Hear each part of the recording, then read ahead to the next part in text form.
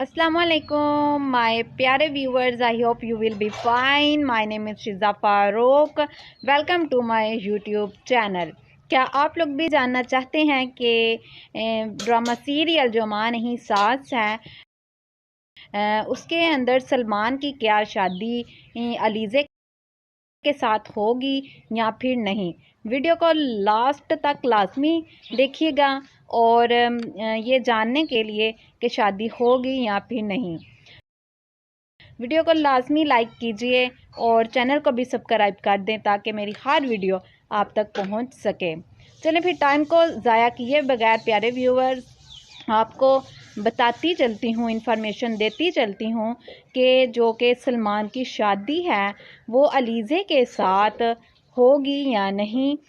And जैसा कि आप सब जानते होंगे कि सलमान की जो शादी अलीज़े के साथ तय तो हो चुकी है, लेकिन प्यारे व्यूअर्स उसकी सलमान की मैरिज जो कि अलीज़े के साथ होनी थी लेकिन वो नहीं होगी। जी हाँ व्यूअर्स, अलीज़े की शादी सलमान के साथ नहीं होगी और उसके जो ख्वाब हैं वो बिल्कुल अधूरे रह जाएंगे। अगर आज की वीडियो आप लोगों को पसंद है तो इसको लाजमी लाइक कीजिए।